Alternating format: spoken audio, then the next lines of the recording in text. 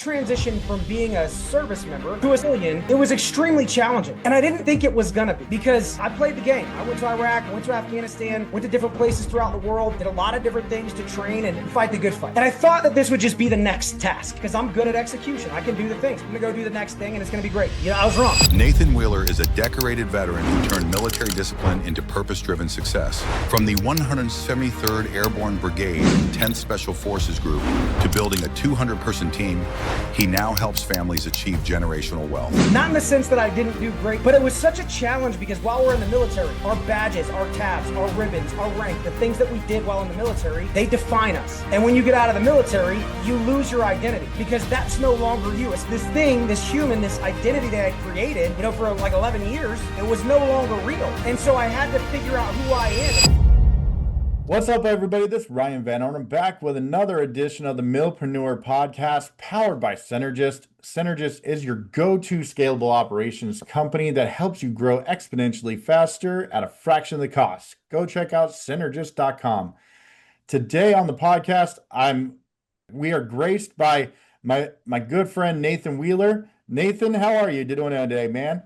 I'm doing pretty good. It's been a really good day, man. I can't complain at all. It's gorgeous in good old Colorado, and it's just been great. A lot of good things happening. I love it, man. Well, dude, you were doing some big stuff. I know you were doing amazing work when you were in the military, but now you've transitioned out and doing some stuff in the private sector. Tell us a little bit about your journey from, where you were, what you did in the military, and then catch us up to what you're doing now. Yeah. That's a loaded question. The military, it's funny because I never thought I would join the military. Growing up, I was like, I'm never going to join the military. I'm not doing it. Yeah. Not going to happen, whatever. And then all of a sudden I joined the military and I started out as an artilleryman. I was a red leg at good old Fort Sill, Oklahoma. Shout out to my 13 mics, man, and 13 right. Right.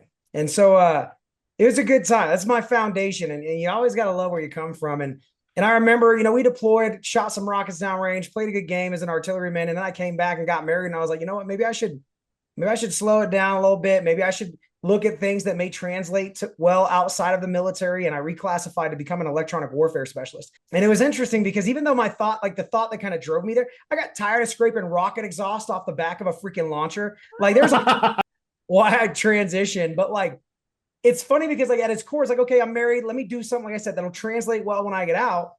And then I go to the 173rd Airborne Brigade, right? And I don't know if you know anything about the herd, but some of the best group of war fighters on the planet. Yeah. And I remember I got there and they were all I see people with they got their little tabs and their little wings and stuff like that. I want some wings and a tab. And they're clowning. They're yeah, they're not going to send you to Ranger School. You're an electronic warfare specialist in an infantry brigade. And so we ended up going to Afghanistan, came back, had a commander. Shout out to Mike Ripley, one of the best leaders I've ever known. Just phenomenal leader, man. I'll tell you what, man, that guy right there changed my life. I don't even know he knows that. Maybe I should call him and tell him. But anyway, I remember we were on a field training exercise and he said, hey, if you can do X, Y, and Z, if you get ammunition to Poland is what it was, I'll send you to Ranger School. And that was pretty awesome because this dude, he really did care. And I remember he asked, talked to him several times about my goals. He cared. He was what a leader should be. Yeah. And so I went through this process of figuring out how to get ammunition to Poland. And everybody said, and this is a valuable lesson because you said, hey, what did you learn in the military that helped you when you got out? Here's one that everybody should learn, know, and understand. And that is there's always a yes. You got to find the yes. Everybody was telling me no. Everybody's like, no, we can't do it. It's not going to happen. Blah, blah, blah. Whatever. I dug in and found the yes. And we got that ammo to where it needed to be so that we can train effectively and maintain our status as some elite warfighters. And so he kept good on his word, man. I remember that year was 2014. I went to the battle staff non-commissioned officer course. And I went to airborne school and I went to Ranger school all back to back in the beginning of the year. It was pretty remarkable. And I was very fortunate. I went straight through Ranger school. I learned a lot about, small unit tactics and how to operate within that space. And I did some other pretty awesome things that year. And, fast forward, I left the 173rd and went to 10th Special Forces Group out here at Fort Carson and had a pretty remarkable time there as well.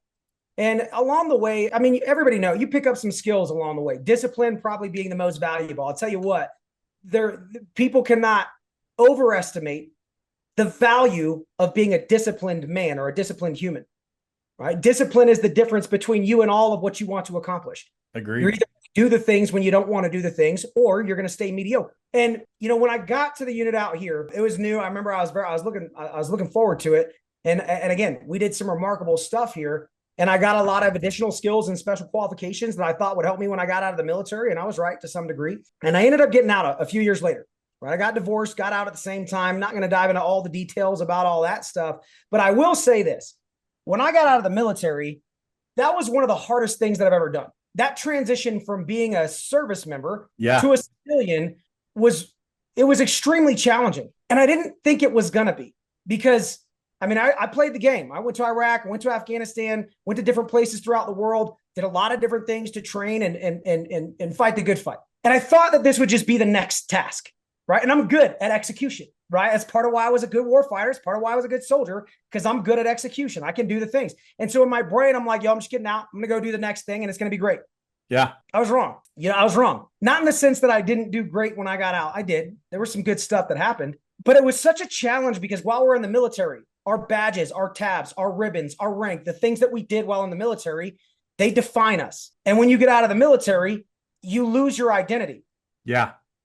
Because that's no longer you, especially for a young, dumb Joe like me who joined at 18. You know what I mean? And so like this thing, this human, this identity that I created, you know, for like 11 years, it was no longer real. And so I had to figure out who I am. And that was the challenge, because I didn't quite know, especially going through divorce at the same time. And like, here's the whole thing, man. And so initially when I got out, I just, to be 100% with you, I spent about 6 months getting drunk. Right. A lot of people don't know how to like make that transition. Their mind's not set in the right priorities or anything. And like it doesn't make sense in the civilian life anymore. And they just have like recalibrate. So how did you do that? Yeah, man, it's a really, really good question, because I didn't do it well for a while. You know what I mean? Like I said, I spent some time getting a little drunk. Then I realized I had to make money. So I went back to Afghanistan on a special operations joint task force. You know, I came back stateside and I was doing a little better. You know what I mean? I picked up some good jobs, man. I worked, you know, for SOS International. I worked for Booz Allen Hamilton. I worked for Delta Solutions and Strategies. I worked for Deloitte, you know, but it took a little bit of time. I got out in 2017, and I'd say in 2018, in August of 2018, that's really when things started to shift. And I don't necessarily want to make this, and I'm not opposed to making it about God, but I will say this, that's what changed for me. I wanted to know if there was a God, because I'm going to be completely transparent. Before that, things weren't bad per se, but I didn't have the purpose, fulfillment, motivation, direction. I didn't have the things that I needed to go. I was just going to go. I was just going to do the things to make money. I had a 6-figure salary. I wasn't doing too bad in life. Things were all right, but that thing that drove me in the military was no longer, I didn't have it anymore. And so I didn't like hit the floor. I didn't wake up on a freaking jail cell and decide to find God, but I did wake up in my bed in a beautiful home with a beautiful woman and cars and things. It was like I said, it was nice. And I had the overwhelming desire to read the scriptures and learn about whether or not there was a God. I don't know why, but I did. And so I did. And that's what shifted things for me. That was the start of a very significant change. And throughout that process, I let go of my vices. I let go of the things that like didn't really serve like purpose towards the identity that I wanted, which I wanted to be a great husband, a great father. I wanted to be extremely successful, and success for me may not be what it is for others. You see, success for me is like my purpose is what I found is to share my knowledge and experiences, my skills, my resources, my network, the things that I'm great at, to share that to the benefit of others. So wealth to me is doing that in abundance. Yeah. And so that started again with this relationship, this most important of relationships that I was working to develop with our Father in heaven. And so it was good. It was that's what changed things for me, because I let go of, I didn't drink. I stopped drinking. Again, I had quit drinking before, and then I like for like a year and a half, but then I started drinking, but now I quit drinking again. And it's been actually here in about a week. I think it 7 years, what 2018? Yeah, about 7 years without a drop, you know, which is pretty good. That's awesome, man. Congratulations. Thank you. I appreciate that. And so while I pursued that relationship and learned from my perspective, and look, I don't want to alienate anybody that doesn't believe in God, but I also don't want to be alienated because I do. Sure. I feel like it's that purpose. So when people find something that's more important than them, when people find something, you know, worth really living for, like, and I don't mean just staying alive. I mean like worth living for. Yeah. All right. That's where significant change can occur. And so like a purpose-driven life. 100%. 100%. And so it was about that time, shortly thereafter, I met the woman that I married. Her name's Daniela. Shout out to my beautiful, amazing wife. She's phenomenal. Like the support that she provides, not only for our children, but for me in maintaining our home. Like she's just, I'm so blessed to have this amazing woman in my life. And so, we got together and the challenges didn't really stop, even though like I started having this purpose and think like the challenges still came. Like right after we got married, her brother passed away, shortly thereafter, the pandemic started. Then I cut my fingers off. Then we had a baby. Like there are trials and tribulations, and that's a real thing. But one of the things that helped me learn to navigate and cope with those things again was to develop the relationship that I developed with our Father in heaven. And so now all along the way, back to the career side of things, right? Like I said, I got out and I was contracting, initially back down range. Then I came back, started training the military. Then I was asked to help develop and facilitate the senior leader courses for the Space Force as we stood up that new branch of our military. I went on to work at one of the combatant commands and the J35, just writing the campaign order, which outlines to the branches of the military how we're going to execute the national strategy. So if you guys hear what I'm saying, it's kind of in alignment with what I had done in the military. Yeah. Which is a lot of what we're taught to do. Hey, get out, you go get a good job contracting, go get paid to do the same things that you were doing. And that's cool. That's true. But I found for me personally, that's not, again, I didn't feel fulfillment. That's not where I needed to be. That's not what I needed to do with my life. Yeah. And I'll tell you, right now I'm in financial services and I'm like, I could have given you a million scenarios of what I would do when I grew up. And not one of them would have been financial service. No part of me thought that it wasn't even the realm of possibilities. Yeah. But the reason I ended up here is because back when I was in the military, I was saving in my thrift savings plan. And I remember nobody talked or taught about finance because nobody knew anything about finance. Right. There's no education about this stuff. None. I remember in basic training, they're like, hey, you put $200 away a month in your TSP. When you go to retire at 20 years, you'll have $1 million. And I'm going to tell you something. There's never been market circumstances in the history of this country where that is a true statement. Right. But so I did what they said. I got a bank account. I started saving in a TSP. And after a period of time, I realized like, hey, this is not sustainable. If I'm looking to live for the last third of my life without a job, even if I retire and get the retirement check, even if I get disability, get the disability check, even still, when you factor in inflation and all the things, that's not enough to sustain a healthy lifestyle. Right. And so I was about 10 years. It was just before I was getting out. I sat down with a financial professional and I learned about strategies for cash accumulation and asset protection that I had been entirely unfamiliar with. Why was I unfamiliar with it? Because there's no freaking financial education in the country. Yeah. And so the things that I was learning almost sounded too good to be true, but also too good to pass up. And so I started saving for me and my family. Fast forward about 6 years, so it's like 2020, late 2021, 2022. I realized some of the significance and legitimacy of what I was doing from a financial perspective with cash flow, debt management, emergency fund, proper protection, building wealth and preserving wealth. The things that I had been doing in these areas had put me in a significant position. It was a unique position compared to my life and the lives of the people that I knew. And so it was at that time that I decided to get licensed in this space. Now I had no intent to change my career because in my brain, I was doing great. I'm working on a 4-star staff. I'm making 6 figures. I'm like, I'm winning at life type stuff. I'm thinking I'm doing great. So I didn't get licensed to change my career. I got licensed to help my friends and family, to teach them the things that I had learned, to show them from experience how an effective strategy can help change your lives and the lives of people who aren't even thought of yet. Yeah. And I started doing that. And I became very passionate about it. Like that spark that I thought was gone, that thing that drove me forward, that I didn't think I'd ever get back, I had found it again because I had a purpose. I had a purpose to serve. I had a purpose to change the lives of people. Not only the people that I'm sitting down with to serve in this space, but again, the lives of people that aren't even thought of yet. Because when you effectively strategize, we're not talking about baby wealth. We're not just talking about you and your lifetime. We're talking about generational wealth. And when you play the game, when you know the rules of the game, you can play to win. And when you play the game right, that's what you do. And as I started learning these things and sharing these things and positioning myself to help others and positioning them to achieve their goals, it fired me up. You can hear it while I'm talking to you right now. You're exuding the passion that people need to feel. It's a real thing. And so a lot of things happen. Like I said, I was part-time in it. And as I dove into this space, I learned a lot of different things, not just about how to strategize wealth, but we've entered the greatest transition of wealth in the history of the United States. at the same time, we're losing financial professionals. And then we see this influx of people moving into this space, and whether they're limited in scope or don't have adequate training, people are missing out on the big picture strategy that can really pull it all together, right? Yeah. Because a lot of people start in this industry and they pick a lane and they stay in that lane, and they don't really talk about the things that are outside of their scope, even when those things are very relevant to a successful strategy. 100%, man. So like, now that you're not just in that space, you were like crushing it. You were just on stage in Las Vegas, weren't you? Like accepting some major awards in your company for one of the top producers, and being able to have so many impact on so many people's lives. It's amazing, man. Congratulations on that. I appreciate that. Thanks.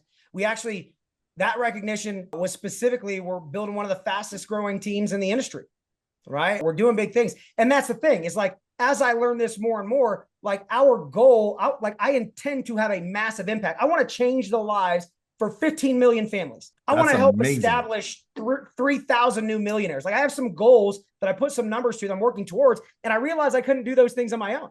Yeah. Like, that level of impact, you can't do it alone. Success is a team sport. Yep. And so I started building a team and organization. And now we've got, about 200 associates.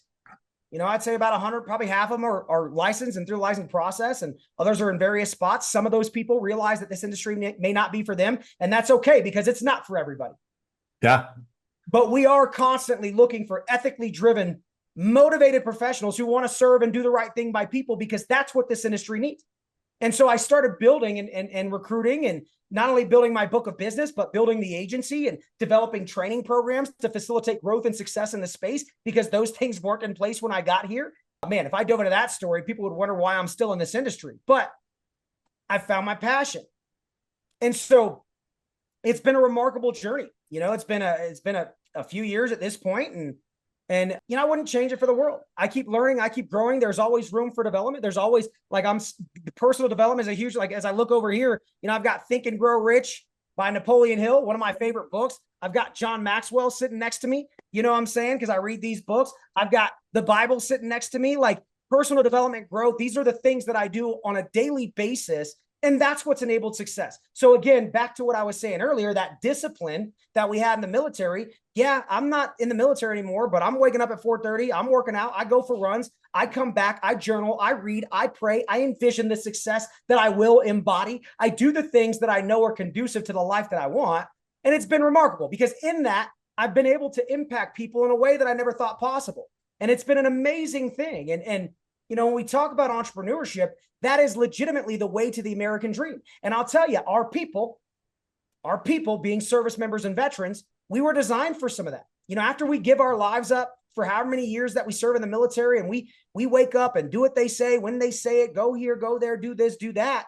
Most of us get out and we want success. We want the things, but we don't want to be beholden to the whims of another man or another human. And so it's like, how do we do that? What do we do to navigate this space? And so I see a lot of veterans go into entrepreneurship.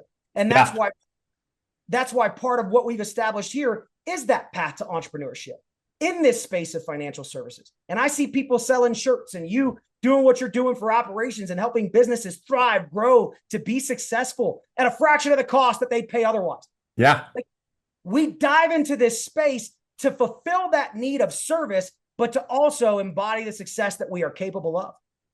100%, man. And it's all about, it's so funny, because people want to have their freedom, but they need the structure and the organization behind them to actually succeed. So I love what you're building there, and that's amazing stuff. So I love the story that you got. We're going to come back to it in just a second here. I want to go on a more personal level with a couple rapid fire questions, if you're down for that. Are you good? Of course. Awesome. All right. So you already spoiled one of them, but what book are you reading right now? I'm reading Think and Grow Rich again. Right. This is the one I'm leaning on right now. I love it, man. Do you have a bucket list travel spot that you need to go to still? Man, I do so much traveling. I do. What is it? Fiji. Let's just say Fiji. Love it, dude. Awesome. Dude, you probably don't even need this, but what caffeine are you drinking? Is it coffee, tea, soda, energy drinks, water, nothing? Nothing. I drink water. I drink juice. I don't drink coffee. I don't drink energy drinks. I don't do none of that. Dude, you snort pre-workout. That's what you do. I can see it. I'm messing with you, buddy. I'm messing with you. What's on your workout playlist? Oh my gosh. So that's changed over the years. And I'll look at it right now. So actually, to be 100%, more recently, I'm listening to one of my mentors, Rich Thawley. I'm listening to his podcast. Nice. It's specifically designed. He was a co-founder, our IMO, the company that really provides us the platform that we need to thrive and be successful here. And I've been listening to him nonstop. I also listen to Ed Milet. I don't listen to music as much anymore. I listen to things that are going to help me develop into the person that I need to be. And a lot of that comes from insight from people who have been where I'm going. I love it, man. Very cool. Hey, if you had a superpower, what would that one superpower be? To give other people superpowers. Love it, man. That's very cool. That's actually the most selfless superpower I could think of. That's super cool. Are you an early bird or a night owl? Did I ask you that one? You didn't. Okay. That's a hard one. Probably I'd say an early bird. As much as I don't want to be, I wake up at 4:30 every day. So, and I'm done with the night owl stuff. I played that game long and hard. Right? Exactly. Exactly. And it's like that Toby Keith song back in the day. It's like, I'm only good as I once was, but I'm good once. Right. Yeah. Exactly. So, and lastly, like what's your go-to cheat meal, bro? Bro, that's hard, man.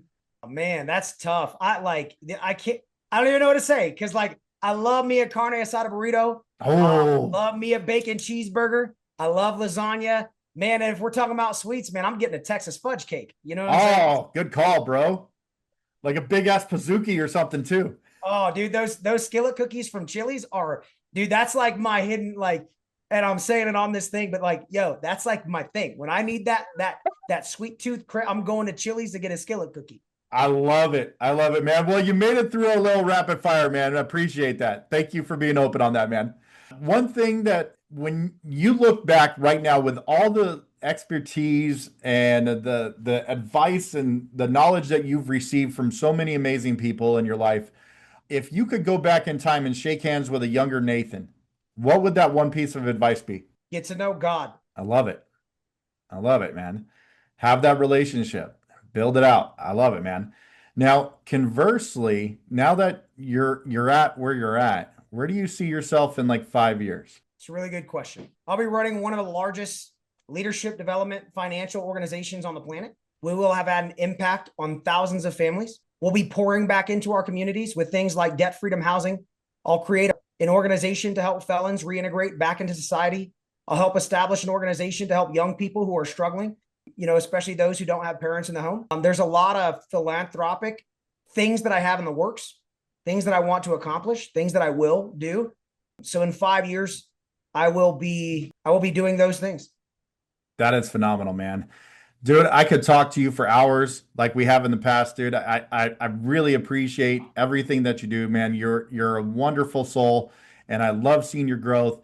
Thank you for jumping on here and sharing your wisdom and sharing your story with the masses, man. Thank you so much for being a part of the Milpreneur Podcast today. It's my pleasure. Thanks for having me, brother. Absolutely. Once again, Nathan Wheeler, thank you for coming on. This is Ryan Van Omum with the Milpreneur Podcast, sponsored by Cynergists. Thank you so much for tuning in. Until the next time, everyone, take care and have a blessed day.